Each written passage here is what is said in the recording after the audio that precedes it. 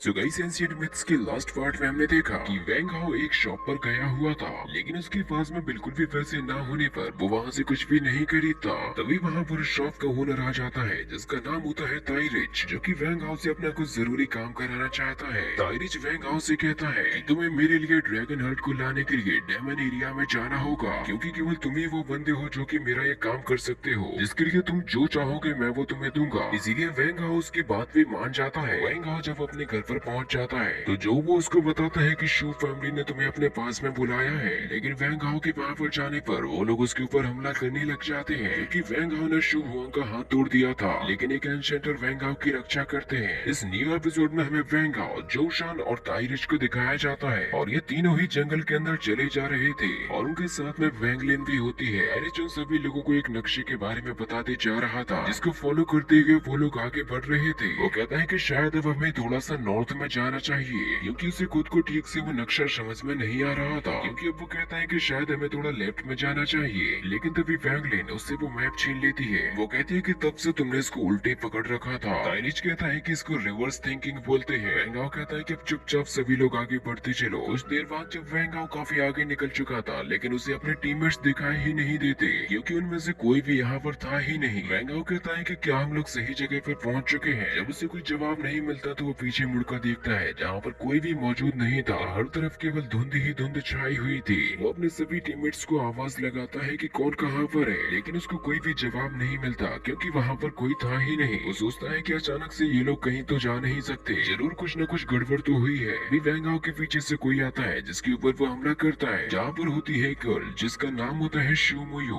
वैंगाओ कहता है कि मैंने कभी नहीं सोचा था कि मैं तुमसे यहाँ पर मिलूंगा। मुयू वैंगाओ से कहती है कि क्या तुम भी यहाँ पर एम्परर यी का इनहेरिटेंस ढूंढने के लिए आए हो। तो वैंगाओ सोचने लगता है कि वो जिस चीज के लिए आया है उसके अलावा भी उसे यहाँ पर कई सारे ट्रीजर्स मिल सकते हैं, क्योंकि वो यहाँ पर केवल ड्रैगन हर्ट के लिए आया था। वैंगाओ कहता है कि मैं घर बैठा हुआ काफी ज्यादा बोर हो रहा था, इसलिए मैं यहाँ पर टहलने के लिए आ गया। वो कहती है कि मुझे इससे कोई भी फर्क नहीं पड़ता कि तुम क्या करते हो, लेकिन तुमने मेरे ब्रदर को मारने की कोशिश की है, जिसकी सजा तो तुम्हें देनी ही पड़ेगी। और फिर वो वैंगाओ के ऊपर हमला कर देती है, जिसको वैंगाओ अपनी मैजिकल पावर्स से रोकता है। वैंगाओ कहता है कि मैंने अब इन छोटी चीजों से डरना छोड़ दिया और तुम्हारा ब्रदर उस चीज को डिजर्व करता था। अब वो इस तरीके से रहेगा जैसे कि बेसहारा कुत्ते की दो टांगे टूट गई हो, क्योंकि वो इसी चीज के लायक है। वो कहती है कि तुम्हारी हिम्मत कैसे हुई मुझसे इस तरीके से बात करने की, और वो लगातार वैंगाओ के ऊपर हमला कर रही थी, लेकिन वैंगाओ उससे बचते हुए मुयू के पीछे पहुंच जाता है और वो उसके ऊपर अपनी पावर से हमला करने लगता है, जिसका सामना मुयू नहीं कर सकती थी। वैंगाओ मुयू से कहता है कि मैं नहीं जानता कि तुम क्या सोचती हो। मुयू उससे कहती है कि तुम मेरे लिए कचरे के ढेर के अलावा और कुछ भी नहीं हो, लेकिन तुम अब इतने ज्यादा बेहतर कैसे बन सकते हो। तो वैंगाओ उससे कहता है कि अब तुम्हें इसके बारे में क्यों जानना है, या तुम मुझे वापस से पाना चाहती हो क्योंकि मैं ज्यादा ताकतवर बन गया। मुयू उससे कहती है कि मैंने सब कुछ अपने मास्टर के कहने पर ही किया, उस वक्त कुछ भी मेरे हाथों में नहीं था। तो वैंगाओ उससे कहता है कि अभी कुछ देर पहले ही तुमने मुझे मारने की कोशिश की है और अब तुम मेरे सामने शरीफ बनने का नाटक कर रही हो। इसीलिए वो मुयू के ऊपर हमला करने वाला था, लेकिन तभी उन दोनों के बीच में वहाँ पर एक काफी बड़ा ड्रैगन बॉक्स आके गिरता है। वैंगाओ कहता है कि क्या ये ब्रिटिश की प्रिंस है। अभी वहाँ पर एक और बंदा आ जाता है यहाँ पर मुयू को बचाने के लिए, और वो मुयू से कहता है कि मुझे तो इस बात पर भरोसा ही नहीं हो रहा कि आपको अभी भी अपने खानदान की परवाह है। तो वैंगाओ उससे कहता है कि आखिर तुम यहाँ पर क्या करने के लिए आए हो, क्योंकि ये बात तुम्हारे लिए भी जान लेना जरूरी है कि मैं उसका राइटफुल फ्यूचर हस्बैंड हूँ। इसीलिए उम्मीद है कि तुम मेरे काम में दखल अंदाजी नहीं करोगे, और ये अच्छी बात है कि तुम यहाँ पर रात के अंधेरे में ही आए हो, क्योंकि अगर तुम्हें पकड़ लिया जाता है तो तुम्हें एक फिक केस के अंदर बंद कर दिया जाएगा। तो वो लड़का वैंगाओ से कहता है कि तुम्हारी जुबान बहुत ज्यादा चलती है। तो वैंगाओ कहता है कि मेरे हाथ ज्यादा चलते हैं। अगर आप में से किसी को भी ये वाला डायलॉग याद है कि ये कहाँ से लिया गया है तो आप मुझे जरूर से बताएं। जिसके बाद फिर वो वैंगाओ के ऊपर हमला कर देता है, जिसका सामना वैंगाओ अपनी पावर्स के साथ में कर रहा था।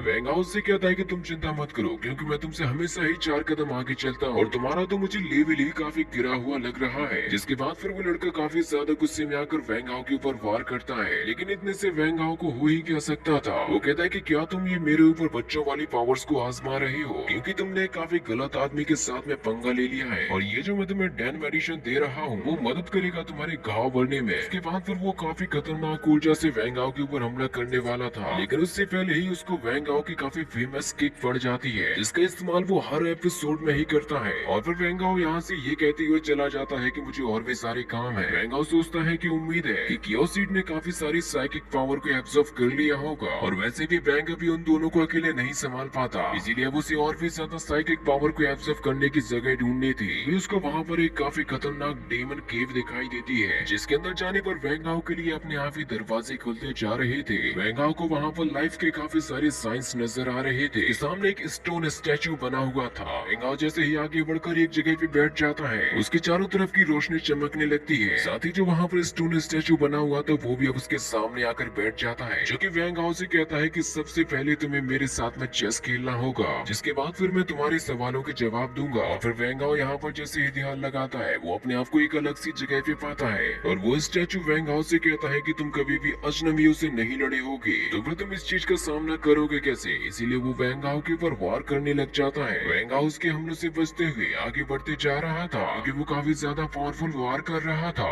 वैंग हाओ भाग कर जाता है और वो उस स्टैचू को एक काफी तगड़ा पंच हिट करता है, लेकिन इससे तो उसको कुछ भी नहीं होता। तो वैंग हाओ दोबारा से ट्राई करता है, लेकिन इस बार वो उसको कोई नुकसान नहीं पहुंचाता। तो वो बंदा सोचता है कि इस लड़के ने तो मुझे कोई भी चोट नहीं पहुंचाई, यानी कि ये एक साफ दिल का इंसान है। इसीलिए वो वैंग हाओ को मारने का आइडिया ड्रॉप कर देता है। सोचता है कि मैं इसे दोबारा से वार करने दूंगा, लेकिन तभी वैंग हाओ कहता है कि आखिर ये कौन सी जगह है। तो वो बंदा उससे कहता है कि सबसे पहले तुम्हें अपने पीछे देख लेना चाहिए कि उस जगह पर वैंग हाओ के सभी साथियों को बांध कर रखा गया था। और फिर वो बंदा भी वैंग हाओ से काफी दूर चला जाता है, जो कि वो अपनी बहुत ही पावरफुल ऊर्जा को वैंग हाओ के ऊपर हमला करने के लिए भेजता है। इसको वैंग हाओ अपनी शारीरिक ऊर्जा से ही रोक रहा था, लेकिन ये ऊर्जा काफी ज्यादा होने की वजह से वो वैंग हाओ को धकेल रही थी। वो बंदा वैंग हाओ से कहता है कि मुझे एक कहानी के बारे में जानना है। तो वैंग हाओ से कहता है कि मैं तो यहाँ पर अकेला ही हूँ, तुम ये सब आकर कर क्यों रहे हो। क्योंकि वैंग हाओ ने अभी अपने साथियों को नहीं देखा था। तभी वैंग हाओ के पीछे उसके सभी साथी आ जाते हैं, जिनको एक फिलर से बांधा गया था। वैंग हाओ कहता है कि तुम आखिर उन लोगों के साथ में करना क्या चाहते हो। वो बंदा कहता है कि मैं जानता हूँ तुम्हारी ऊर्जा काफी ज्यादा है, इसीलिए मैं तुमसे इसी तरीके से लड़ूंगा। तुम्हें इसके लिए अपनी सारी स्पिरिचुअल पावर का यूज करना होगा, जिससे कि तुम हार जाओगे। अगर इसका सामना नहीं कर सकते तो यहाँ से भाग जाओ। वैंग हाओ कहता है कि मैं कभी भी पीछे नहीं हटूंगा। तो वो बंदा कहता है कि फिर मरने के लिए तैयार हो जाओ। वैंग हाओ कहता है कि मेरे पीछे जो मेरे साथी हैं, मैं उनको बचाने के लिए कुछ भी कर सकता हूँ, भले ही इसमें चाहे मेरा कुछ भी हो। वो बंदा ऊर्जा को बढ़ाते हुए कहता है कि ये इतना भी ज्यादा आसान नहीं है कि जितना तुम सोच रहे हो, लेकिन अगर तुम अपनी ऊर्जा का इस्तेमाल मेरे लिए करोगे तो इससे मुझे हेवन जाने का रास्ता मिल जाएगा। मैं चाहूँ तो तुम्हें कुचल कर रख सकता हूँ, ये तुम पर निर्भर करता है कि तुम करना क्या चाहते हो। वैंग हाउस से कहता है कि मैं हेवन जाने का रास्ता तुम्हारे लिए कभी भी नहीं बनाऊंगा। वैंग हाउस को रोकने के लिए अपना एक काफी पावरफुल पंच हिट करता है और इसी के साथ में ये एपिसोड यहीं पर खत्म भी हो जाता है। और गाइस, अगर आप लोगों को मूवी एक्सप्लेनेशन की वीडियोस पसंद आती है तो आप इस वीडियो को जरूर से चेकआउट कर सकते हैं।